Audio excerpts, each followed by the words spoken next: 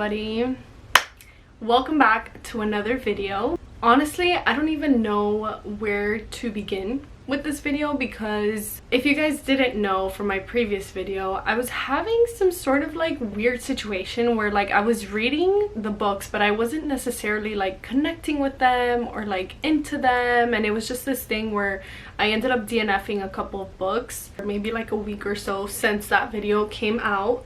And this video is just going to consist of my October wrap up and then any books that I have on my TBR for November. Without further ado, I just want to wrap up October's reads in this video and just get started on my November TBR.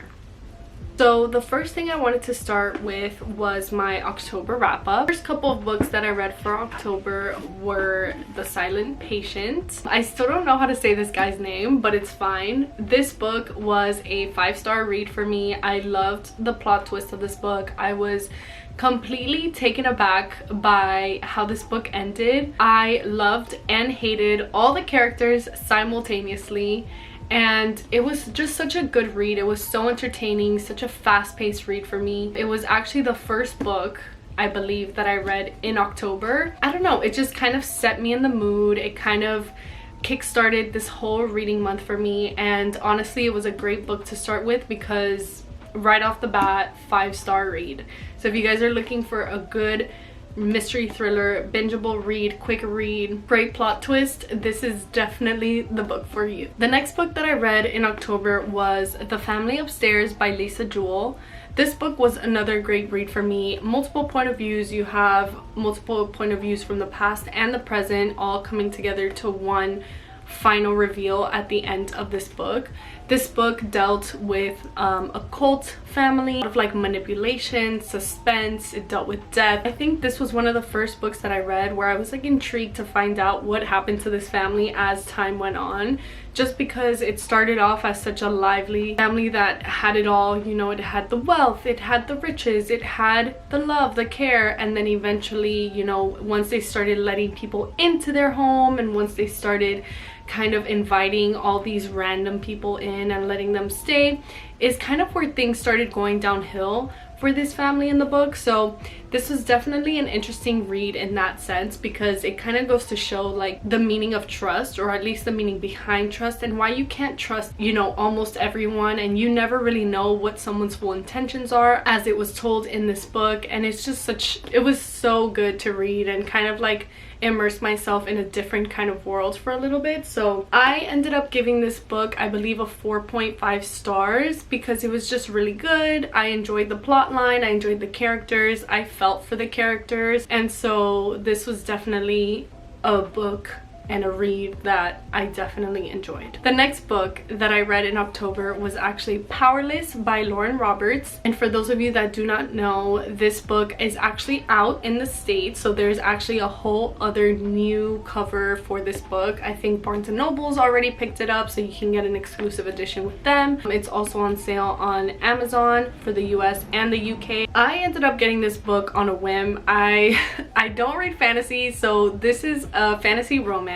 And apparently, according to the author, she kind of blended a little bit of the Hunger Games with the Red Queen and then created this. You can definitely sense the Hunger Games vibes, like with the trials and like everybody having like their powers and like kind of putting them all in like this enclosed space and like having them battle each other and stuff like that. Like it was very Hunger Games-esque. And then the Red Queen, I've never read the Red Queen, so I have no idea what that book is about. This book, if you guys have not watched my Reading Powerless for a Week video with its spoilers, you must, because this book had me losing my absolute mind. I have like, this is probably the third or the fourth fantasy romance that I read. I literally tabbed like as much as I could out of this book. It really did it all for me, but there was one thing missing. There was like that one little tiny detail missing for me, and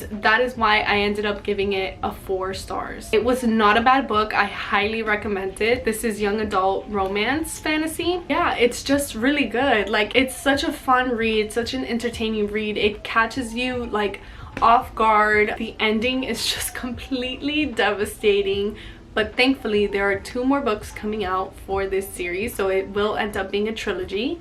And I'm just really looking forward to reading the next books, and hopefully we get to like see them grow up, see them age a little bit, and maybe it goes from young adult to new adult. Who knows? But I have my theories for this book, so if you have not seen my Reading Powerless for a Week video, check that out now because it is up on my channel. The next book that I read that I actually ended up DNFing was The Dead Romantics by Ashley Poston. As you can see, I still have the bookmark on where I ended up. I finished on chapter 23, page 201, and I don't know, I was reading this, and the reason why I DNF'd it was because it just kind of talks about really heavy topics. She kind of goes through like the process of grief, experiences a lot of death. She kind of has the ability to talk to spirits once they've like passed, and so it's just really heavy topics like that. And like, as much as I wanted to connect with her, like I just felt like I couldn't connect with her. And I don't know if it was because she wasn't grieving the way I would grieve, or if maybe like she was just kind of like grieving too much that it became like dramatic. I'm not sure what it was about this book that made me want to DNF it. I will give it a chance, hopefully later on this month, if I have nothing else to read and I'm like, you know what, I want to get back into reading this. But as of right now, like, I don't know, I wasn't connecting the way I wanted to connect with this book, and I don't know if it was just like me feeling like detached from the book, not wanting to feel anything while reading the book. I don't know what it was, you guys, but I really do want to get back to this book. I do want to finish it eventually. He's telling me to finish the book. Yeah, I do eventually want to finish the book. I don't know when I will, but hopefully you'll see it on a wrap-up video in the coming months. But yeah, this was the book that I ended up DNFing for the month. And last but not least, the last book that I read in October was Halloween Party by Agatha Christie. It kind of caught me by surprise. It kind of didn't. I kind of guessed who it was very early on just because of the way that the character acted when Hercule was like interviewing them. So I think early on I guessed one of the characters who could have done the murder of the 13-year-old girl. Yeah, 13-year-old girl. Honestly, it was a great book. I enjoyed it. The only thing is that it does get kind of like slow in like the middle part of the book, kind of like around 100 and something pages. And this book is not a long read, like it's a very short read, but it was so fun to just kind of have like a small Halloween book to kind of like change it up a bit. And I ended up rating it a 4 stars because Miss Agatha Christie never fails. I love her books. I love Hercule as a character, and yeah, I really enjoyed this one. Last thing I wanted to mention is that I'm currently reading Out on a Limb by Hannah Bonham Young. And right now I think I'm on like chapter 18, maybe. I'm like 35% through the book, and so far it's so cute. So far I'm loving it. I'm loving the characters. I'm loving the relationship that Sarah and Wynn have. Like, they're just so like sisterly with each other, and it makes sense because of how they grew up and stuff like that. But so far I'm enjoying that book. Even though I started the book in October, I think I'm going to count it towards my November TBR. So that is the first book in my November TBR. It is Out on a Limb by Hannah Bonham Young. Moving on to the rest of my TBR. It's a pretty long one, but I'm sure that we can figure out a way to condense this gorgeous list as much as possible. For the November TBR, this is what I'm thinking.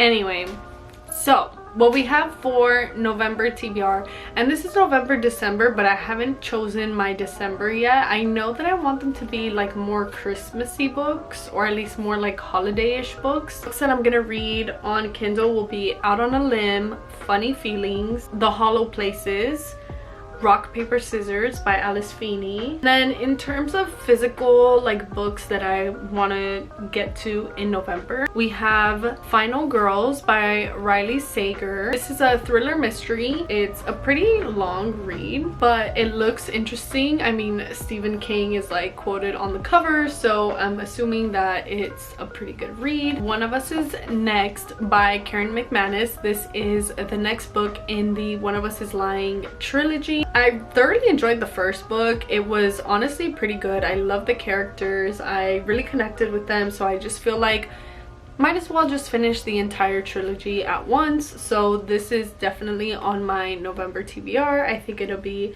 such a fun read to kind of just catch up with our old characters from the first book. So this is another one that I'm planning on reading in November. Next couple of books are very fall-esque, I guess you can say, very November. The first book is Mixed Signals by B.K. Borison. I have not read any books from this author, but I have seen a lot of booktubers and book talkers talk about these books, so I'm really excited to give it a try. I'm not sure what to expect, but I don't know. It's small town, probably Grumpy Sunshine if I'm not mistaken. Small town, Grumpy Sunshine, rom-com. Like, I'm excited. And also up here it says author of Love Light Farms. So I know that Love Light Farms is like a Christmassy kind of book, like Hallmark kind of vibes. And I'm looking for books like that for the colder months, like December, January months, because obviously in the Christmas time I want to be reading books that are more related to Christmas. So I definitely want to do like a book haul of all the Christmas books I find, just because I'm really excited to get into the holiday season. Thanksgiving is one of my favorite holidays, and then comes Christmas. So I'm honestly just vibing at this point. Like, we're just vibing.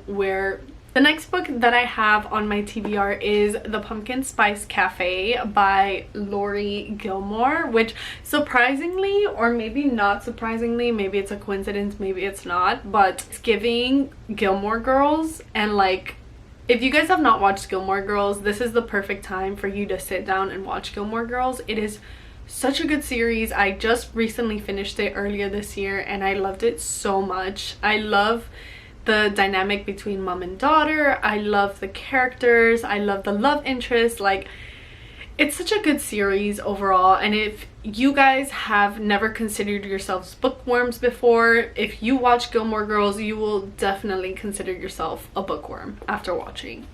Maybe not. I don't know. Maybe not, I don't know, but The Pumpkin Spice Cafe is definitely on my November TBR, and I do want to tackle it as quickly as possible. The next book on my November TBR is The 7-Year Slip by Ashley Poston. So this is the same author as The Dead Romantics, and I'm hoping that I don't have the same issue reading The 7-Year Slip. And the reason why I say this is because in The 7-Year Slip, apparently it is such a good book. Everybody loves it. Everybody raves about it. I think some people even got emotional reading this book. And if you guys know me, you guys know I am super sensitive.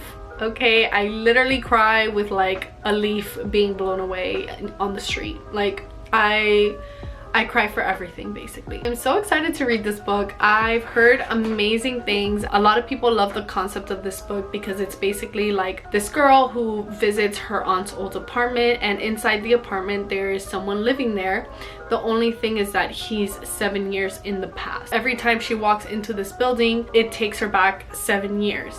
And she meets this guy 7 years in the past, and then every time she walks out, she's back in present day. It's a very fresh concept, I feel like. I have not read a book like this or seen a movie like this from what I can remember, like maybe Age of Adeline, possibly, but other than that, I feel like it's a fresh-ish concept. But yes, finally on my November TBR, I have The Curse for True Love, which actually this is the Barnes & Noble exclusive edition. So I actually pre-ordered this book and it was delivered to my house, so I didn't have to go out and get it, thankfully, because I was not ready to be in those bookstores trying to like figure out where to find a copy and like run from like store to store just to like make sure that I found one of these. So this is definitely on top of my list.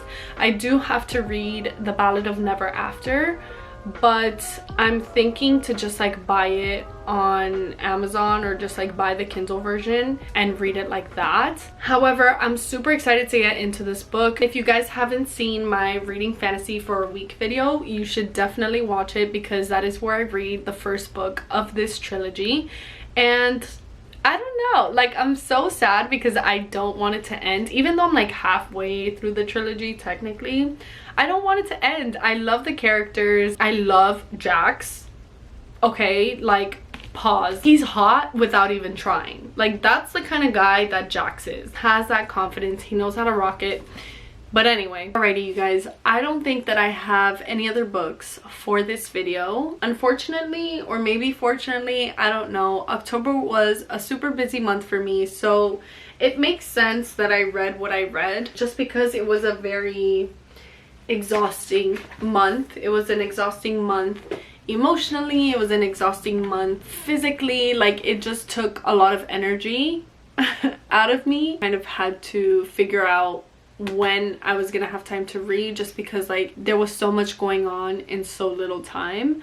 However, I am happy with the books that I did read for the October month, and I'm just really excited to start a new month, start on some new reads. I do think that I have a good mix of romance, of fantasy, of thriller mystery in my November TBR. Just really looking forward to reading as many books as I can in this month, just because it'll probably be a slower month as it comes to a close. And so I just think that I'll have more time to read. I don't think that I'm aiming for a certain amount of books that I want to read in the month. I just kind of want to read what I'm in the mood to read. And so yeah, I'm just kind of looking forward to what the month brings, and I just really hope that you enjoyed this video. I hope that you like and you comment and you subscribe. If there's any videos that you would like to see in the future, please leave a comment down below. And as always, I hope you have a great day, and I hope to see you in the next video. Thank you. Bye.